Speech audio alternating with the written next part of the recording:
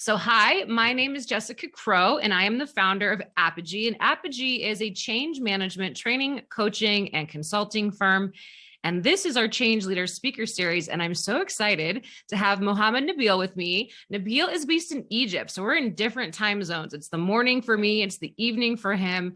We became connected through the ACMP, which is an industry association. And I'm so excited to have him on the show, we'll call it, having this conversation with him, because it's fun to have an international vibe, and he's got a lot of experience in OCM. And so I thought it'd be great for people to hear his story. Nabil, why don't you just give a little bit of information about who you are, what you do, and then I've got some questions for you along the way.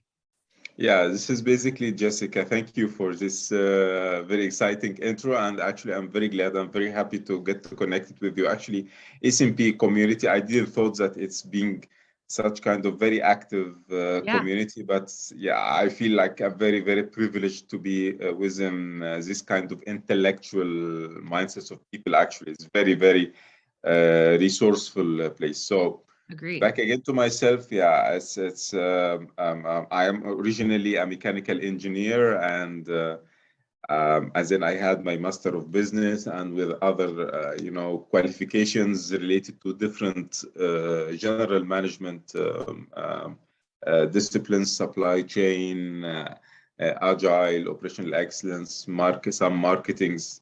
So you've done it all. yeah, Six Sigma, this kind of things. I define myself as a learner. Like whoever asks me, like who are you, or like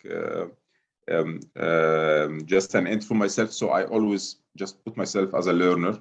And actually, this has been my journey throughout the last 21 years, which is my career period. And as I shared with you casually before, Jessica, I have been through different industries and businesses, assuming different roles. And I have had OCM, which is change management, is as a core orchestrating component throughout this kind of journeys. Always been involved in improvement projects, whether structural projects, whether from a bit micro level productivity ones. So you can name it, until I had this kind of a major, how can I say it? Just I sit with myself from like 3 years. I said, okay, let's find this kind of, different exposure in different disciplines. But I feel like I need to pursue a different track for my coming period. And then it came, like a spark in my mind. Okay, what's about OCM? It's OCM. What is this? Actually, this is my passion. Yes. I've been always, involved in things, some uncertain, ambiguous requirements and objectives, and which is a bit of we can say some of components related to OCM, and so I pursued from like around 1.5 years, more or less, the CCMP certification, and I got certified in change management, and I started to apply and to direct myself in organizations related to this field. And I'm glad that from around 1 month, more or less, I've been approached by a system integrator, SAP, regional system integrator in the region here. And they told me, okay, we have our OCM practice, but we are not actually deploying it from with this kind of level of focus. Actually, they, as normal for system integrators, they focus in implementations. They cut it short, get their money, and this is it. So, but they discovered that it's actually many projects they face challenges and overrun, its budget or timeline, or even fail due to overlooking and a bit discarding the OCM practice. So they said, okay, we need to build it for our own business, which is a SAP integrating company. But also they started a spin-off, a different, a standalone company, sister company, whatever you name it, which is related to supposedly to offer OCM services with other services. And they got me, okay, we need you to build for us this OCM practice. go with this practice. Actually, currently, I am completely immersed in building the business plan for everything.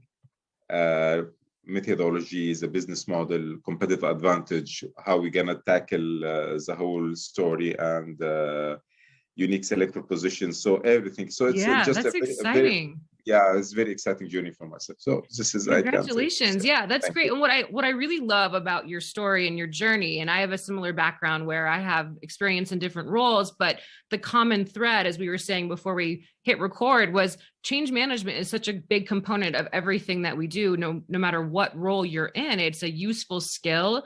It's important knowledge to have, and being able to apply it. When I went through training, I think many people, and you probably experienced this when you got your certification through ACMP, a lot of what is change management we're already doing, but having that training and certification helps to organize how you think about your approach. So I'm guessing that your background and then your training really is supporting you in your current role, which is doing not just change management, but it sounds like all the things for the sister company that you're now supporting.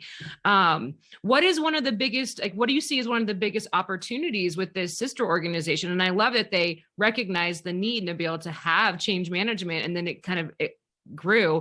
What's one of the biggest opportunities from a change management perspective in your current role? Like, what's the biggest need, do you think? Is it interacting with the end users? Is it building out the business strategy and supporting the decision making, knowing that the impacts of whatever the decisions are can have a direct impact on the employees? Or what do you think?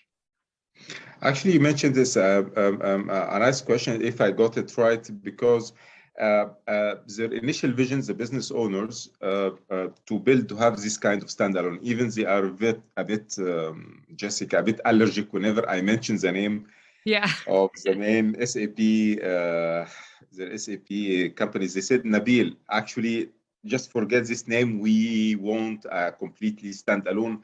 Yes, we are an SAP guys, but we want to build our SAP practice, which is generic and it can fit everything. So I said to them, okay, this is fine, but I think it wouldn't be the wisest starting point, Jessica, because simply you have already a track record in SAP implementation.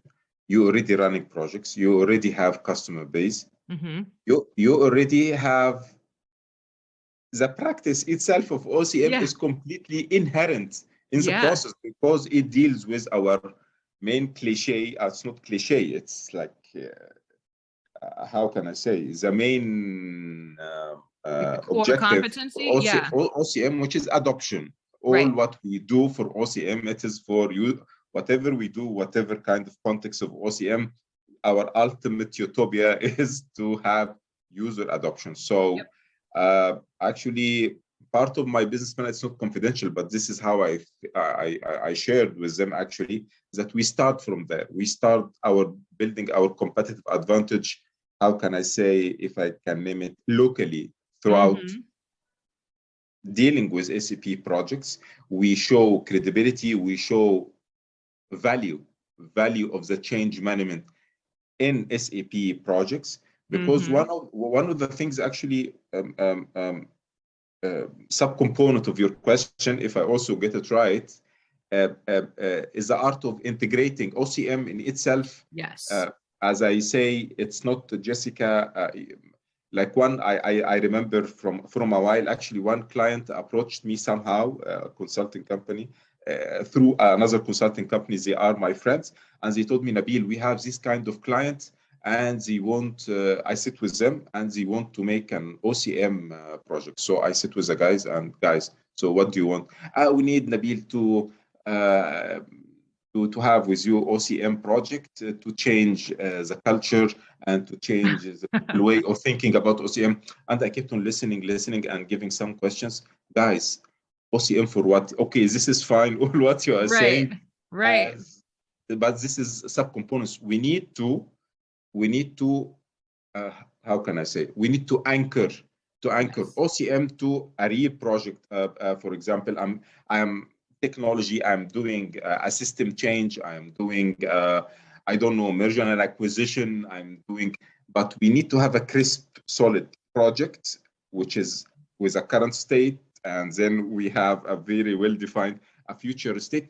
And then here you can find OCM comes to the picture to support you in this kind of transformation. But to say that I want to have an OCM project for OCM, in my perspective, there is nothing named like this. So anyhow, to cut it short, it's a very great feature of OCM, and this is what I'm sharing with the journey I'm sharing with you, Jessica, that to have very wise integration of OCM, whatever the methodology is, whatever the practice is, very well integration with the main project plan.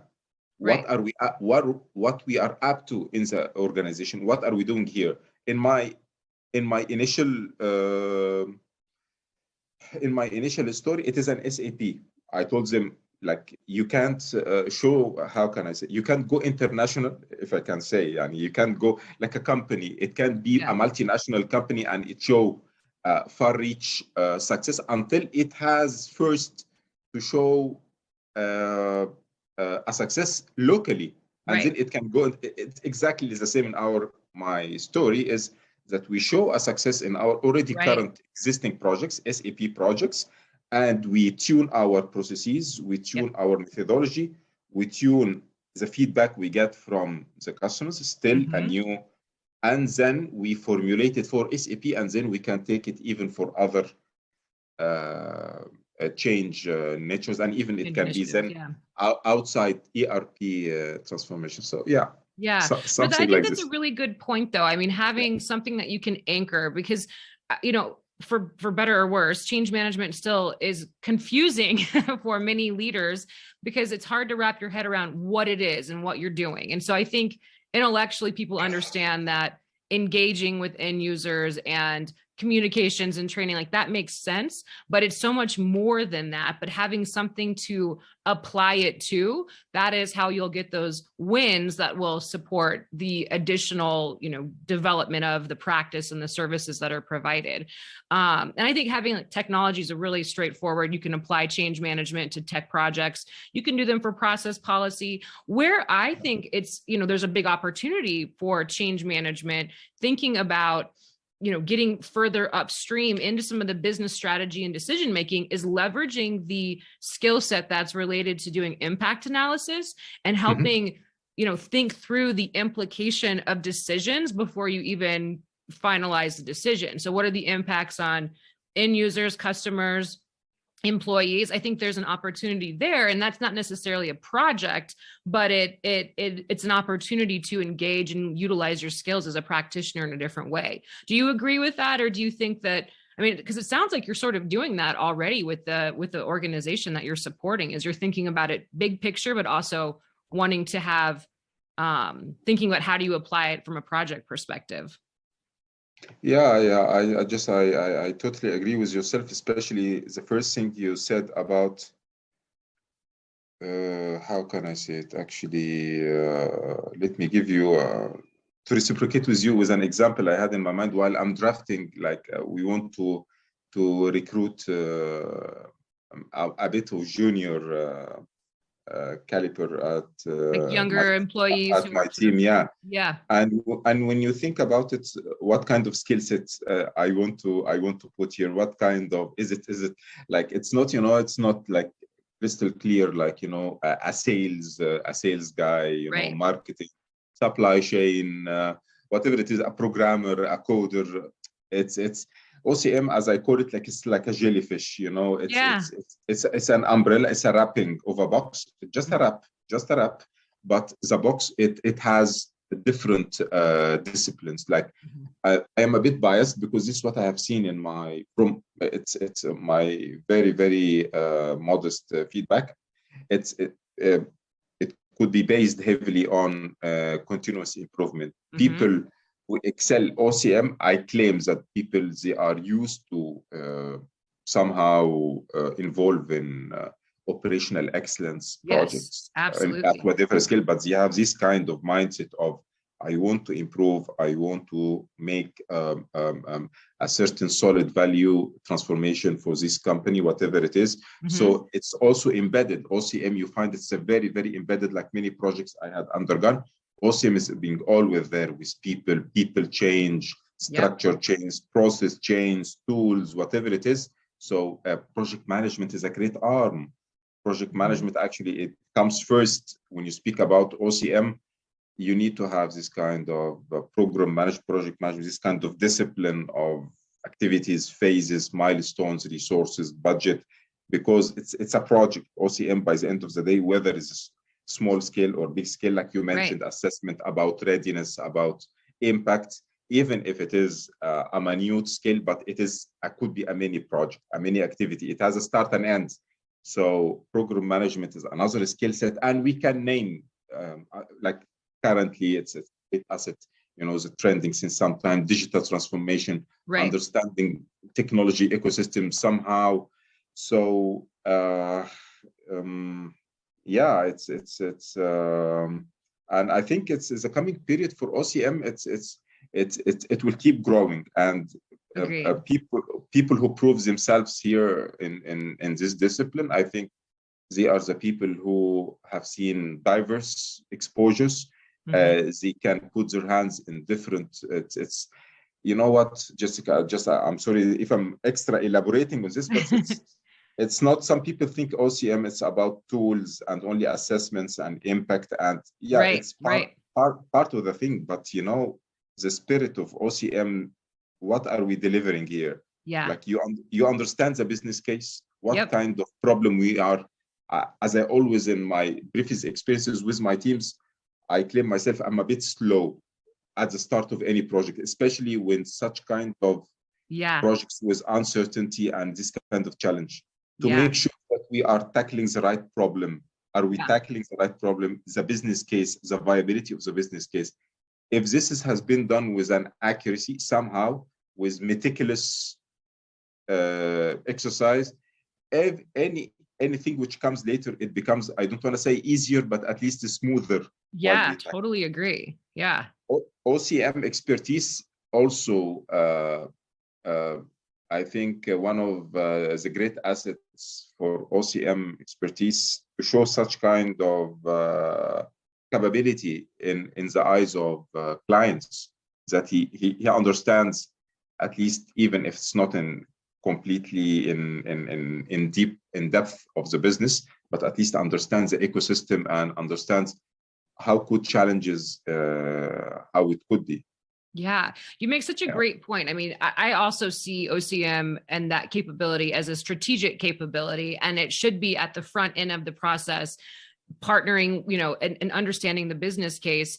I led strategy and innovation for a healthcare company, and it was such a big part of what I did at that early stage. And what I'm seeing, or I'm still seeing, even though I agree with you, is that many of my clients or consultants, they have OCM as a additional service. They tack it on to a project that they're going to be pursuing or implementing, and there's so much more potential for it. So I love that you're advocating it for OCM and the capability and the skill set right out the gate, because I think that that's where practitioners need to sit, is at the strategy and decision making table, because that's where the potential and the opportunity to make an impact, a positive impact that makes everything easier, to your point, right? That adoption is going to be, that process will be smoother when you've got the right thinking and strategy and the business case is fully thought out. And so I love that you're saying that, because I totally agree.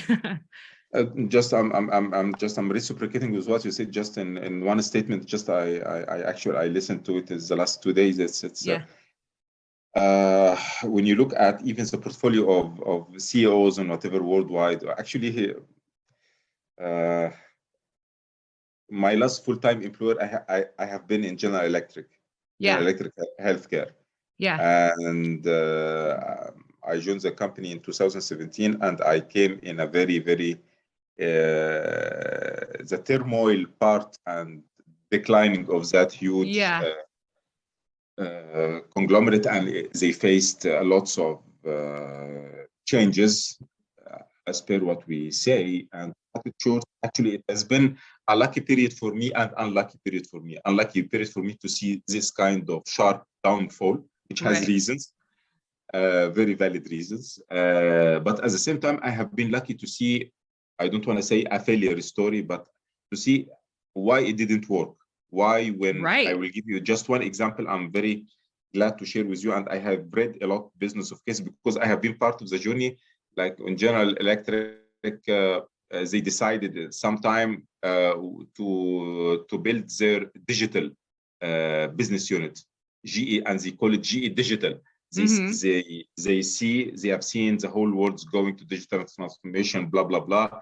They said, we are General Electric, the most resourceful company. We have unlimited number of resources and money. We will pour everything. We will get guy from X, Microsoft or Cisco, I can't remember.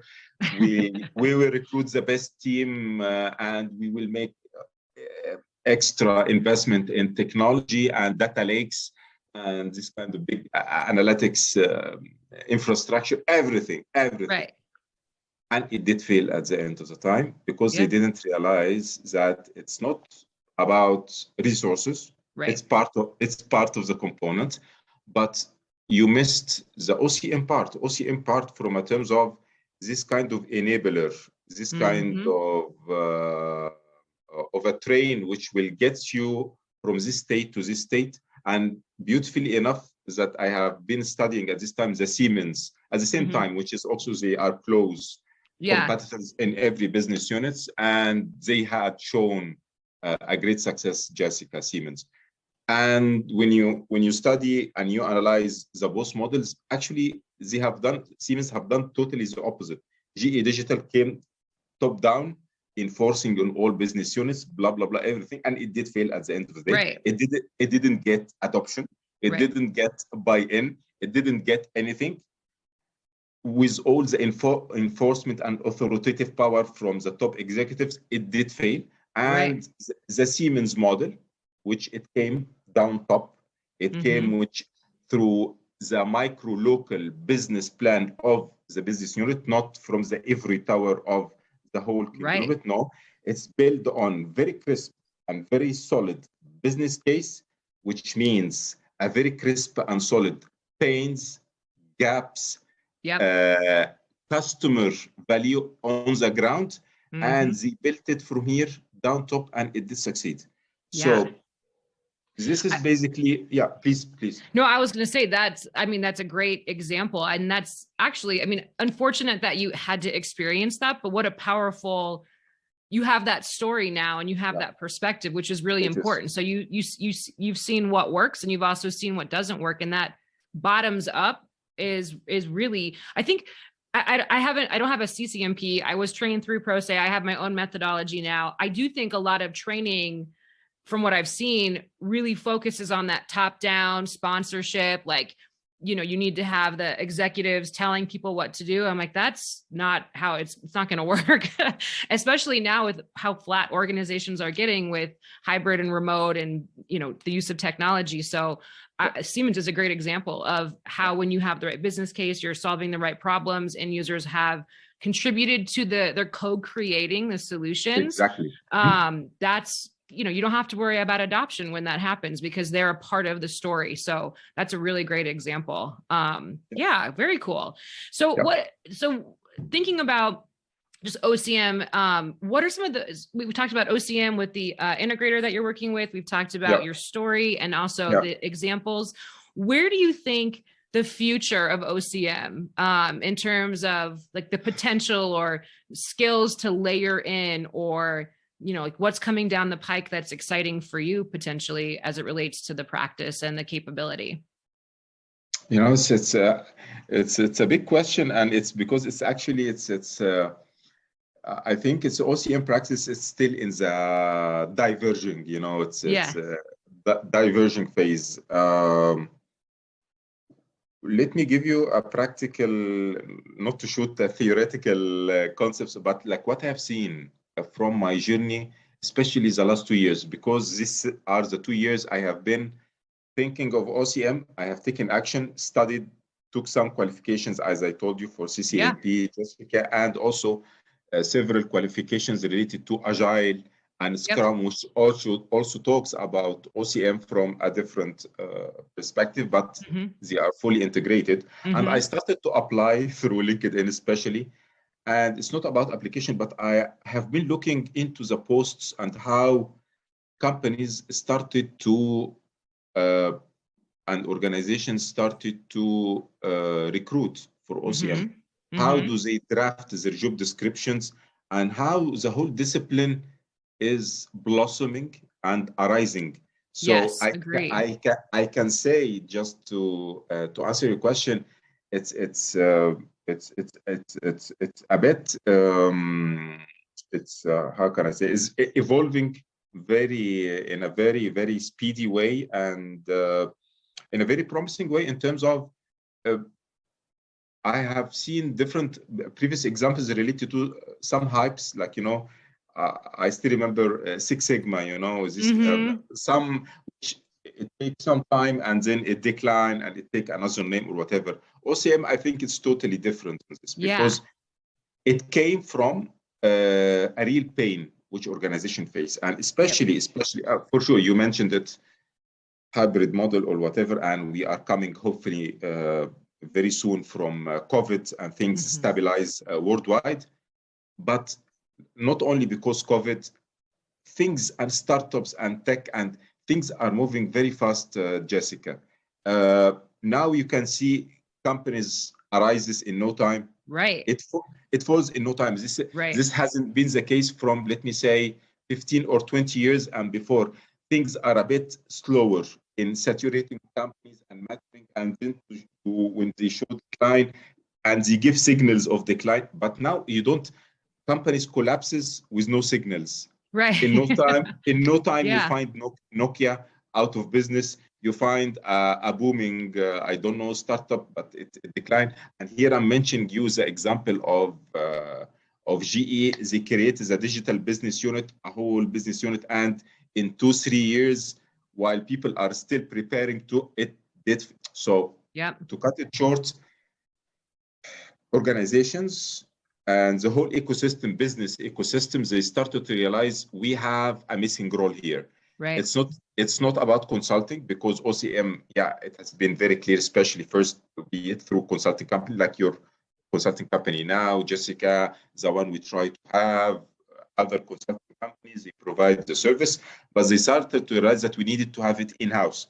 So they have, it's embedded inside their organizations, OCM expertise, and even they have a full hierarchy inside organizations.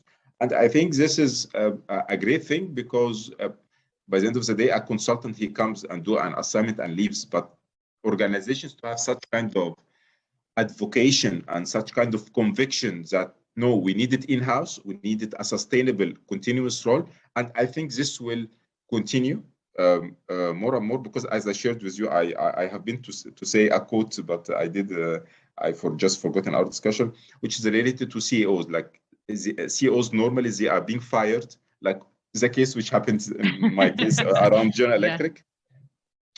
It's not because of technicality. It's not because of character or charisma or whatever. It's not because that they are not solid enough or astute in financial projections and all of this, or business plan. No. It's because at some moment on organizations, they weren't able to manage the change. This exactly has been in my case, which I'm discussing here about General Electric.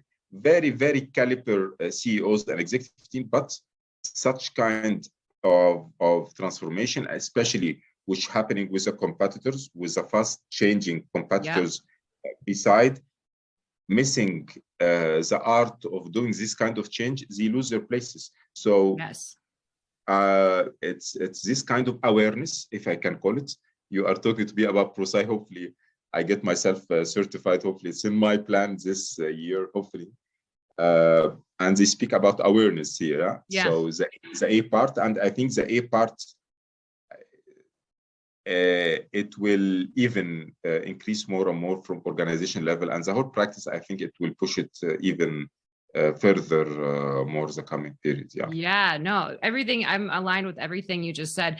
You're absolutely right about organizations too. I think the way that business models were structured and leadership was within an organization 15, 20 years ago, it looks and feels a lot different now. So what may have worked back then isn't working. And that's why CEOs are, leaving organizations, being asked to leave because they are not able to move their organizations through transformation. And then obviously that, if a transformation fails, that's not a good sign for the organization or the leader who's in charge. So I think that's a really important point. And from a, you mentioned consulting too, how they drop in and then they leave. I am not a fan of that either. So I think you're right that, and this is part of my approach, and you'll probably see this with, other, I see OCM as an internal capability as well. And from a consulting perspective, part of that is you have to teach and train people how to do and to understand what it is you're doing. So when you leave, they're still successful after the engagement. I mean, that's one of the challenges I think that consulting firms have is they drop in, they do an assessment and then they leave, but then the people who are responsible for the implementation and the overall employee experience. And, they're like, what do we do here? So part of my approach is training. And I'm guessing you're big into the teaching people how to fish is how I sort of think about it. What about, I'm definitely on board with what you're saying. And I think we're on the same page with how we're thinking about the value. Do you see a need? So there are change management roles, and then there are people who have change management knowledge that are in roles, but they apply it. Do you see the future of the practice being more dedicated, like teams of change management professionals, or more of an integrated, everyone understands this, has this capability, like analytics, being analytical and being able to use numbers to provide strategic direction is a capability that many leaders possess. So I would imagine that having change management as a skill and capability would be a core part of that, but it's also a standalone role. So what do you think is the future for the profession? Is it integrated as a skill set, or is it a standalone position? Very tricky question. Can I share with you also a very applied experience? Yes. If you allowed me, because one of my fascinating areas which I'm coming from, which is operational excellence. Yes. And at a certain phase in my career, I harnessed and I hammered my experiences at this time. So I get my green belt, my black belt, Six Sigma, studying statistics, blah, blah, blah, this kind of analytics. And I started to approach this discipline, and I said, okay, I want to be in a complete professional of operational excellence. And I joined different companies. And as an operational excellence, continuous improvement, sometimes they name it different. So, and what happened is, Jessica, that at this time, it has been a standalone track. Mm-hmm. But I discovered a bit of gap here between the role which I'm doing, and I try to support the other functions throughout different projects or whatever. And I have always this kind of draining effort. And even it is in their eyes, even if they didn't vocal it, the other functional managers or leaders or whatever, we can do it. Why do we need you inside of our organization to tell us as an internal consultant of operational excellence what we need to do? I can do it myself. And it took me so much effort because I need to build the trust and credibility first internally with my colleagues to start to do my work. And it took me several instances, even in different companies, until I had this kind of reality check and to ask myself the same question which you are telling me now about OCM. Nabil, is it really the correct path for you first? And if it is the correct path, is it that you need to do it as a standalone practice, or you need to have it integrated within another role, but also it plays underneath operational excellence? And my answer at this time, and I'm still advocate for it actually, that I am a bit biased into that it is being integrated within the function itself. Because I don't know how to say it. It's later after I left the operational excellence as a main role, Jessica, I started to take an operational roles or different roles, and I started to play operational excellence within. It gets the whole process more streamlined and Absolutely. more faster, because I'm not in a phase of try to convince people by operational excellence and continuous. No. This phase has been shortcut, bypassed completely. I am totally into the business. For OCM, back again to OCM, because there is a great similarity.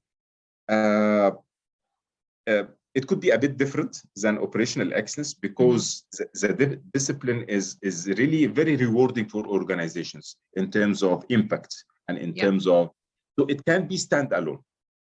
This is my answer. It could be completely standalone, but it needs a very, very well-structured mechanism of OCM inside Organization X.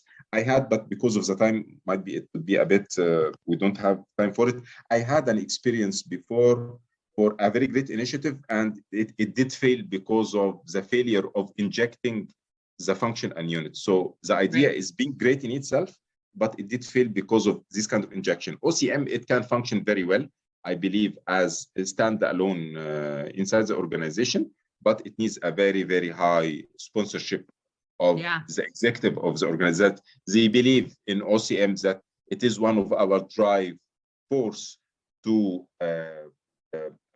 take our organization, and this will not happen until they are very crafting in a very well way, crafting the OCM or this unit in a very delicate way with the strategic objectives and goals of the company, and the very, very well articulation and cascading of this message to the lower layers of managers. That we need this, and even how it will be aligned in the projects, how its services, like I consider it as it's internal consulting in the company, if you are talking about as a standalone. So how this kind of alignment and services will be offered. And it needs the most important part, and I will end it here, that periodically, how's the organization, they are checking on the health of the progress of being as a standalone. At the same time, it could be, how can I say, as a standalone, and it feeds the integration of the other units. That they can play, why not? And I take one step back from the rhetorical things I'm doing as assessment and blah, blah, blah. And then I take another bigger role as an OCM. It's, by the way, it doesn't mean that OCM, this part, it will be taken from OCM and they find doing nothing in the organization. No. There are myriad unbounded potential for OCM inside organizations. And whatever they can offload to other units, they have a bigger responsibilities and bigger areas they can take still in the same discipline, because as we agreed on, Jessica, it is OCM, it is just an umbrella for many things underneath, which involves the transformation. So both models, it can work. Agreed. The decisive point here, if we are talking about the organization, how are you embedding this model inside your organization? This can work and this can work. It depends on the art of planting this discipline and practice. Very well said. And I like how you painted the picture for both sides and how to think about it. You're very knowledgeable in this topic, which is really great. And I have no doubt that people who are watching this video are going to learn a lot and at least think differently about OCM as a capability. One question for you too, and this is me being naive, so forgive me.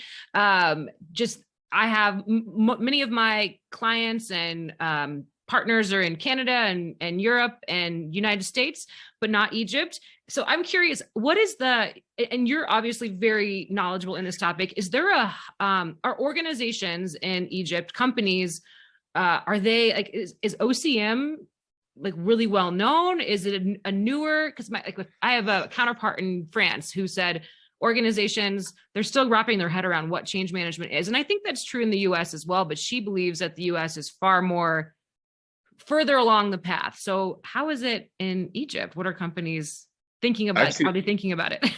Actually, let me tell you, and I will say what I'm going to say now, not offline, but I will say it to you in our recording here.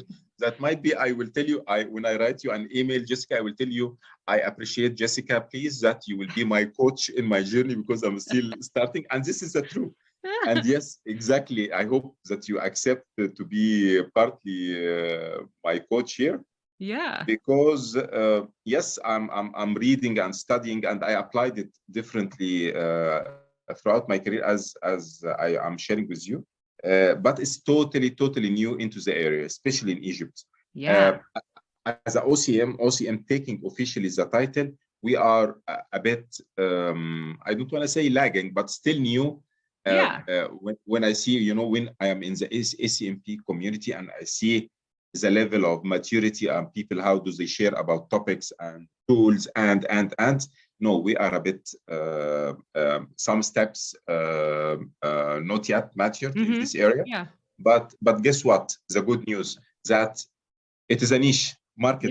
Yeah. It's yes, it is a challenging from one aspect. Like for myself, when I try to talk to people around me in the same market or around, I don't find. Right. Because it's still new. But the good news is that it is you have a big opportunity.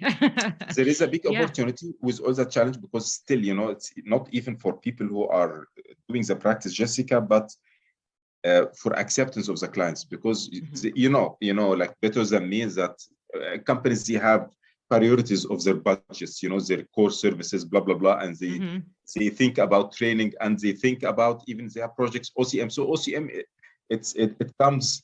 It's a line item, yeah. It is a trailing, and actually, let me share with you something behind the curtains with the company I'm working with now, and they told me, Nabil, and they said it, and I'm very happy that they told me this. They told me your main challenge is they have for their SAP SAP business unit, which is the main business unit, Jessica. They have their sales team, okay. And they have the power. They have the power to enforce using OCM. Yeah. In the project and with the clients and blah, blah, blah. But they told me, we will not do this because it will not fly. And I told them, exactly, I am totally agreeing with you. They told me, we will open the whole area for yourself, and you need to pitch and to work in your sales pitch.